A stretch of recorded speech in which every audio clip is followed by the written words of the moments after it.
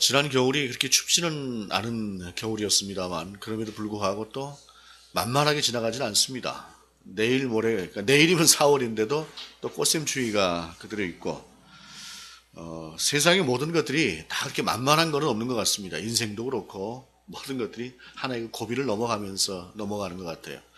최근 들어서는 감기도 이게 보통 독해진 게 아니어서 보통 한번 감기가 가면은 한 보름 이상씩 이렇게 가는 것 같습니다. 저는 감기는 아닌데 3월쯤 되면 이제 비염이 오기 시작을 합니다. 비염이 오면 이제 봄이 이제 가까우는구나 하고 생각을 하는데 이제 4월쯤 지나고 나면은 이제 그 비염기가 이제 사라지는데 지금 한참 이제 비염이 그 열심을 내고 있는 그러한 때 있습니다. 그러나 분명히 알죠. 조금 지나가면 지나간다라는 것이죠. 그 지나갈 것을 알기에 조금만 버티면 된다라고 생각을 하는 것이죠. 이스라엘도 그렇습니다. 참 그 광야의 시간, 언제 광야가 다 지나갈 것인가, 언제 약속의 땅을 받을 것인가 라고 생각했던 그들이 이제 마침내 그 가나안 땅의 입구에 서게 되었습니다. 그리고 그 오랜 시간 동안 그들이 광야에서 보냈던 그 시간은 결코 헛되지 않아서 그들이 이제 하나님 앞에 응답하는 자세가 벌써 이제 믿음 있는 자의 자세가 되었다라는 생각을 하게 됩니다. 우리가 인생에 있어서 겪게 되는 모든 고난이라고 하는 것도 그렇습니다. 그 고난 가운데 왜 이렇게 힘든가 하고 불만으로 지내고 나면 사실은 그 고난이 의미가 없어요. 그러나 그 고난 앞에서 우리가 그 고난 중에 함께 하시는 하나님을 깊이 묵상하고 만나고 했을 때 오히려 그 고난은 우리로 하여금 영적인 풍성함을 줄 뿐만 아니라 하나님과의 깊은 관계를 회복하게 되고 그 깊은 관계라고 하는 것은 우리 인생을 보다 더 기쁘게 만드는 그러한 인생으로 인도해 가시는 것입니다. 그래서 오늘 본문 제목도, 말씀 제목도 그 깊은, 그보다 기쁜 동행이라고 하는 제목입니다. 동행하시는 하나님을 우리가 오늘 본문 속에서 만날 수 있기를 바랍니다. 오늘 본문에 대한 배경 설명으로 1절은 이렇게 설명을 하고 있습니다. 요단 서쪽의 아모리 사람의 모든 왕들과 해변의 가나안 사람들의 모든 왕들이 여호와께서 요단물을 이스라엘 자손들 앞에서 말리시고 우리를 건너게 하셨음을 듣고 마음이 녹았고 이스라엘 자손들 때문에 정신을 잃었더라 라고 말씀하고 있습니다. 무슨 말씀이냐면 요단강을 이스라엘이 건너갈 때에 그 요단강이 마른 땅으로 해서 건너갔다라고 하는 것이에요. 근데 이 마른 땅이라고 하는 것이 사실 이제 요단강이 건기에는 그냥 건너갈 만한 작은 천변 같다고 그래요. 그러나 지금 본문에 나오는 배경 속에는 우기예요. 우기라고 하는 것은 물이 넘치는 때인데 물이 넘치는 때는 작은 천변이라고 할지라도 쉽게 건너가지 못합니다.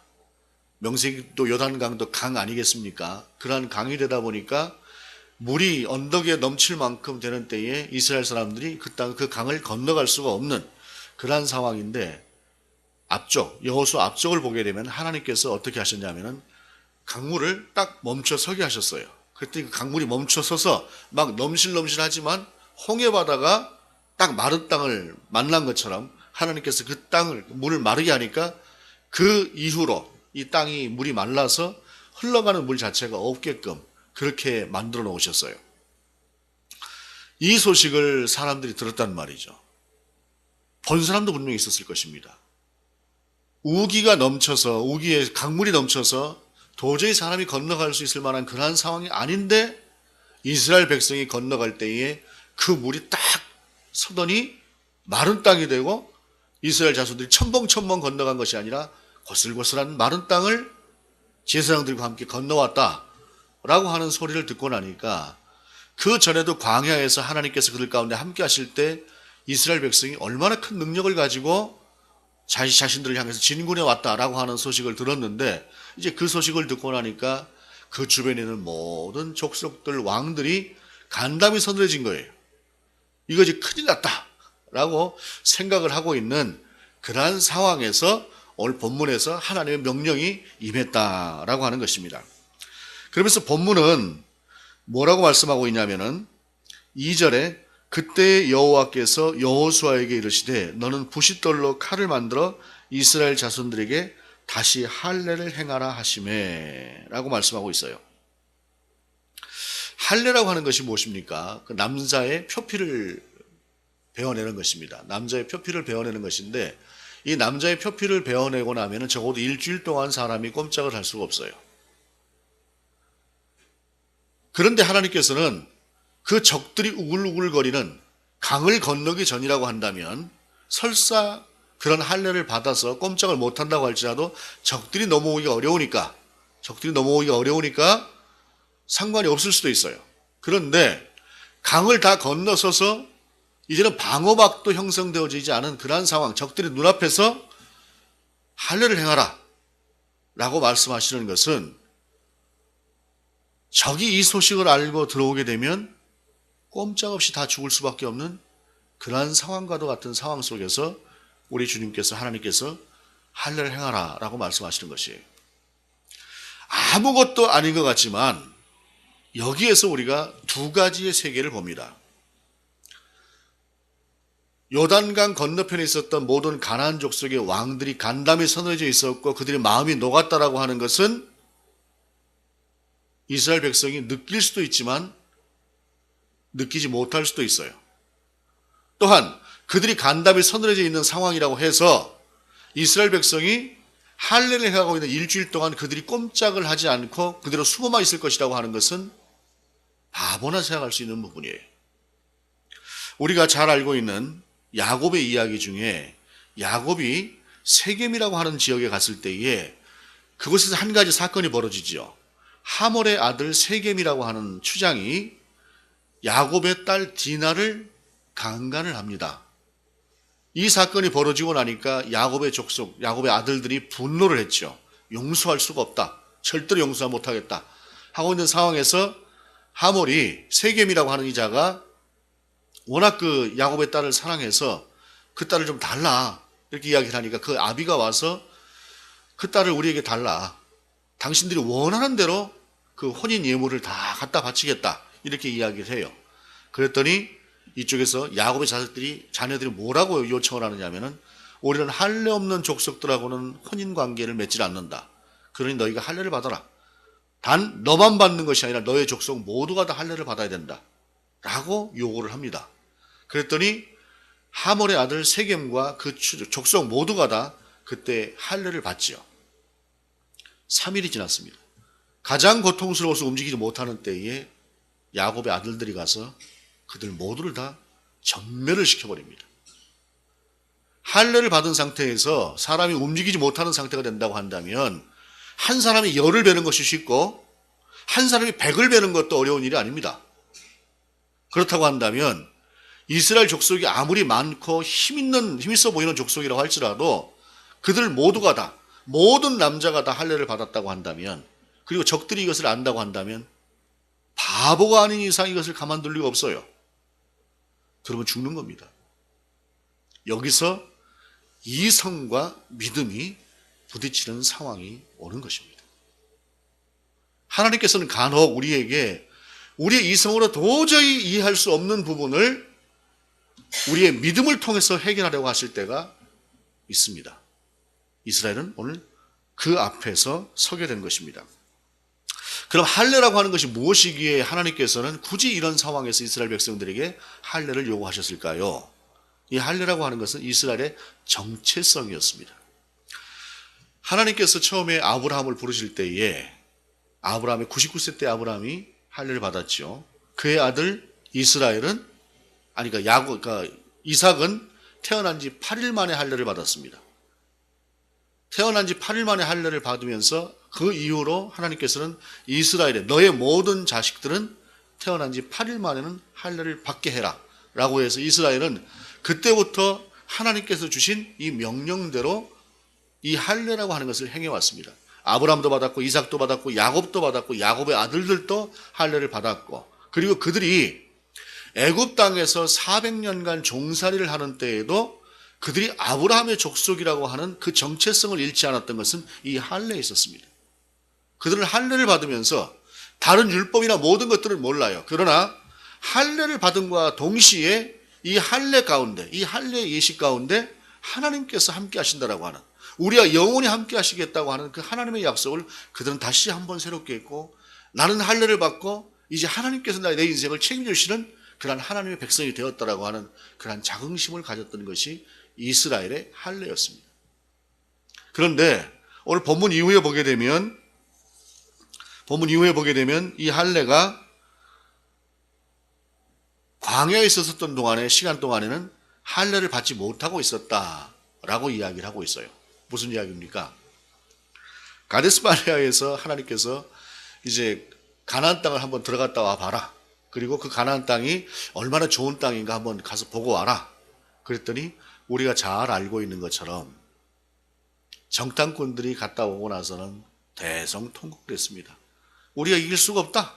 가봤더니 저들이 얼마나 크고 장대한지 우리 힘으로는 그저 메뚜기 같더라 우리는 하면서 들어갈 수 없다고 이야기를 했습니다. 오직 여호수아와 갈렙만이 저들은 우리의 밥이다. 하나님께서 우리와 함께 하시면 우리가 이길 수 있다라고 이야기를 했죠. 그때 그 믿음 없는 그들을 보면서 하나님께서는 너희는 가나안 땅에 들어갈 자격이 없다.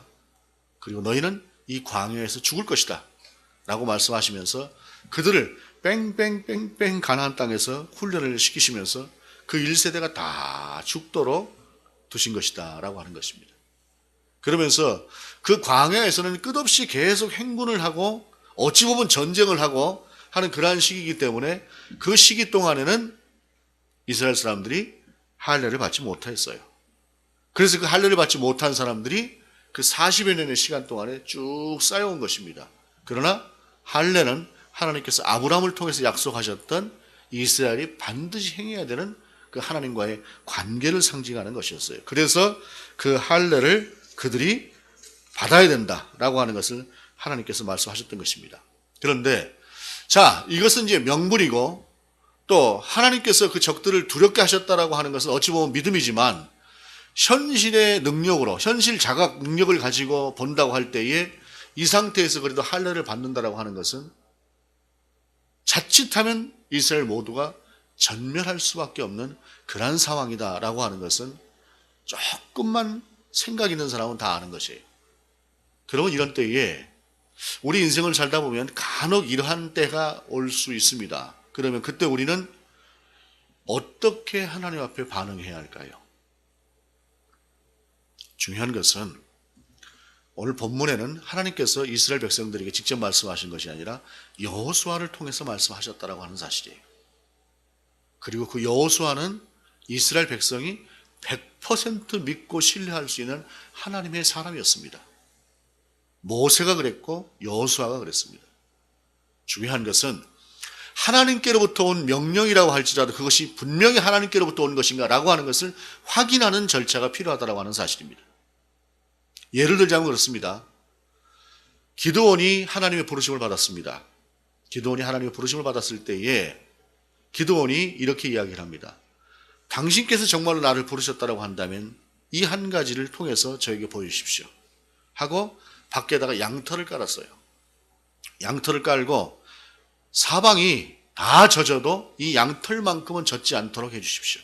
왜냐하면 이슬이 밖에 내리는 지역이니까 모든 지역에 다 이슬이 내릴 수밖에 없죠. 그러나 그 양털에만큼은 이슬이 내리지 않도록 하나님 저에게 징표를 보여주십시오.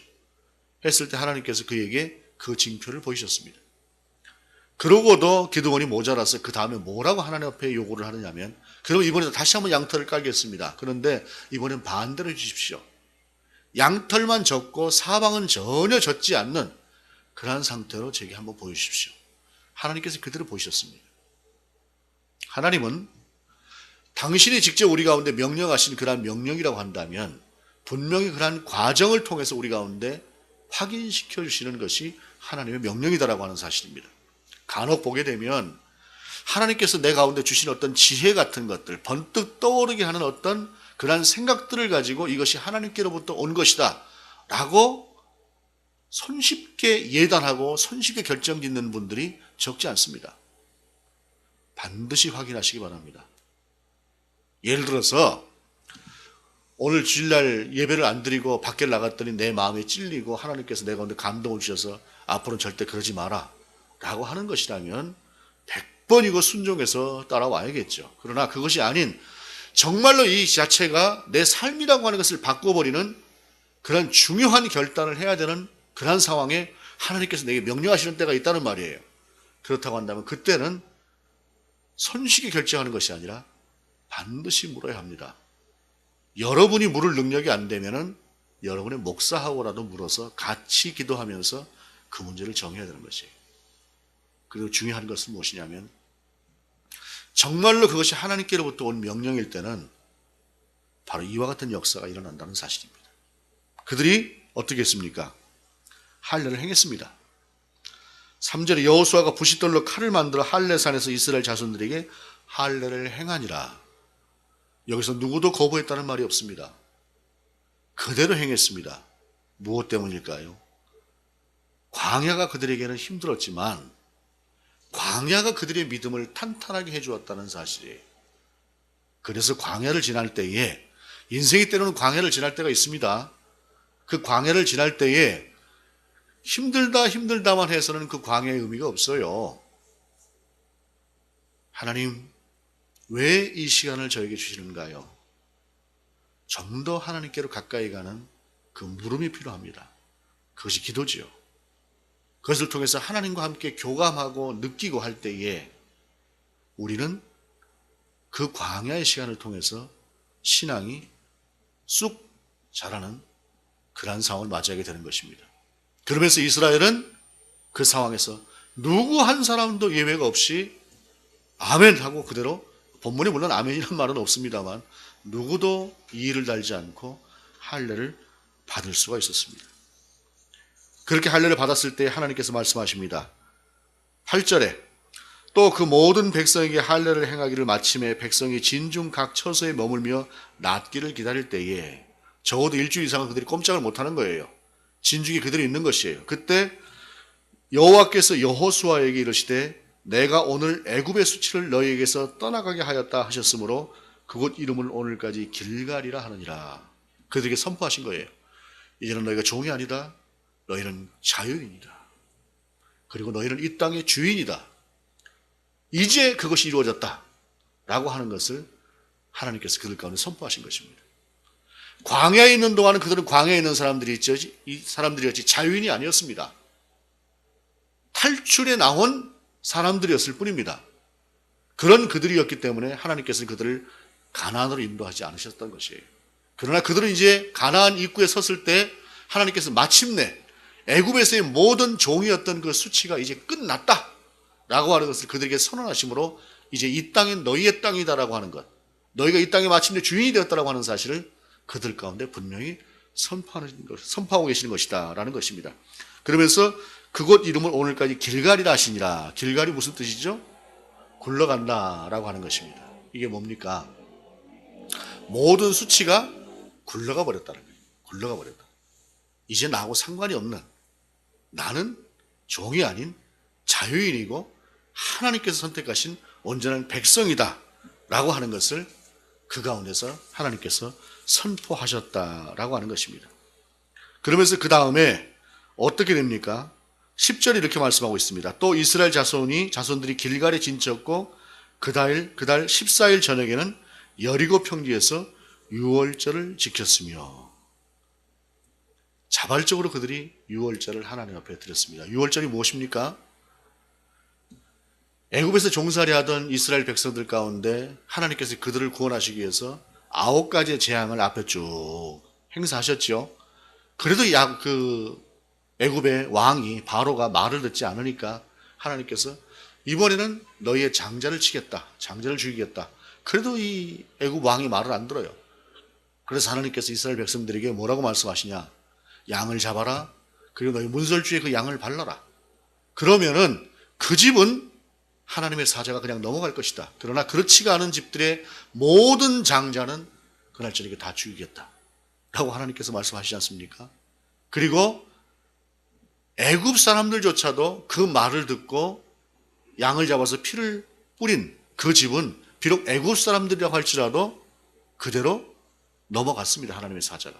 그러나 버티고 버티던, 누가 감히 내 아들을 라고 하던 그 힘센 것 같았던 바로의 아들은 그날 죽었습니다.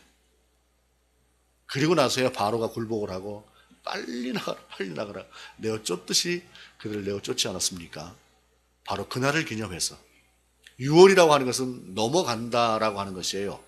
넘을 유자, 넘을 올자. 그래서 6월이라고 하는 것은 하나님께서 이스라엘 백성에게는 그 진노를 넘기셨다.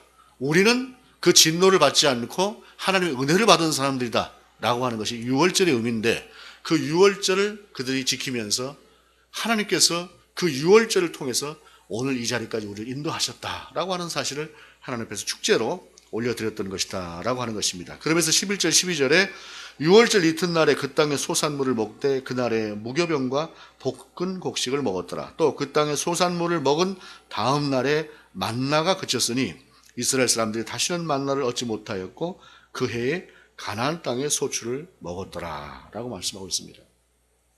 광야를 인도하는 동안에 하나님께서 그들에게 먹는 것을 주셨던 것이 만나 아니었습니까? 물론 메추라기도 주신 적이 있지만 만나가 그들의 주 식량이었습니다. 그것은 일을 하지 않고도 받았던 이스라엘의 식량이었습니다. 그런데 이제 이스라엘이 땅을 차지하고 자유인으로서 그 땅의 주인이 되는 그날에는 하나님께서는 이제는 너희 손으로 일을 해라 라고 말씀을 하셨던 것입니다. 간혹 신앙생활을 하다 보면 신앙생활 초기에 아주 열심히 있는 분들 가운데 하나님께서 놀랍게 역사하시는 때가 많아요.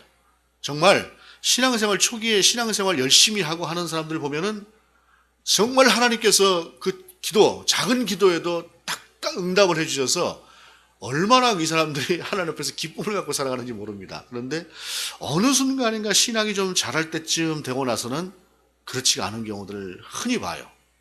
그리고 때로는 정말로 하나님께서 침묵하시고 응답하시지 않는 경우가 오랜 기간 동안 그렇게 되어지는 상황도 하나님께서는 허락을 하십니다. 왜 그럴까요? 이젠 잘한 거예요. 마치 어린아이가 어머니 젖을 얻어먹을 때는 그냥 품에 일을 합니까? 뭐를 합니까? 울기만 하면 주지 않습니까? 그때는 그렇게 역사를 받는 거예요. 그러나 그 어느 순간인가 자라게 되면 스스로 자기가 숟가락을 들고 자기가 밥을 떠먹게 되는 것처럼 신앙도 어느 순간인가 좀 장성한 자가 되었다 할 때는 하나님께서 우리를 다루시는 것이 다르다라고 하는 사실입니다. 만나가 아닌 이스라엘 백성은 이제는 자기 스스로 일을 해서 자기 스스로 먹었어야 해요. 그러나 그 어떤 상황이 되더라도 이스라엘 백성들에게 필요한 것은 무엇이냐면 우리는 하나님의 백성이고 하나님이 함께 하실 때만 우리가 건강하고 넘치게 살 수 있다라고 하는 것을 바로 그 적들의 눈앞에서 하나님께서 할례를 베푸시는 그때에 순종할 때에 하나님께서 그것을 보이셨다라고 하는 사실입니다. 우리 인생이라고 하는 것이 때로는 다윗조차도 어찌하여 나를 버리셨나이까 라고 하는 고백을 하는 것처럼 우리도 그러한 때를 경험할 수 있습니다. 인생의 때라고 하는 것이. 그러나 중요한 것은 무엇이냐면 하나님은 그때에도 여전히 우리와 함께 하시는 그러한 하나님이다라고 하는 것입니다. 때로는 마치 사자의 아가리에 머리를 들이밀어야 되는 것처럼 무모한 것들을 하나님께서 요구하시는 때도 인생에 한두 번쯤은 있을 수 있습니다. 그런데 분명한 것은 반드시 확인해야 된다고 하는 사실입니다.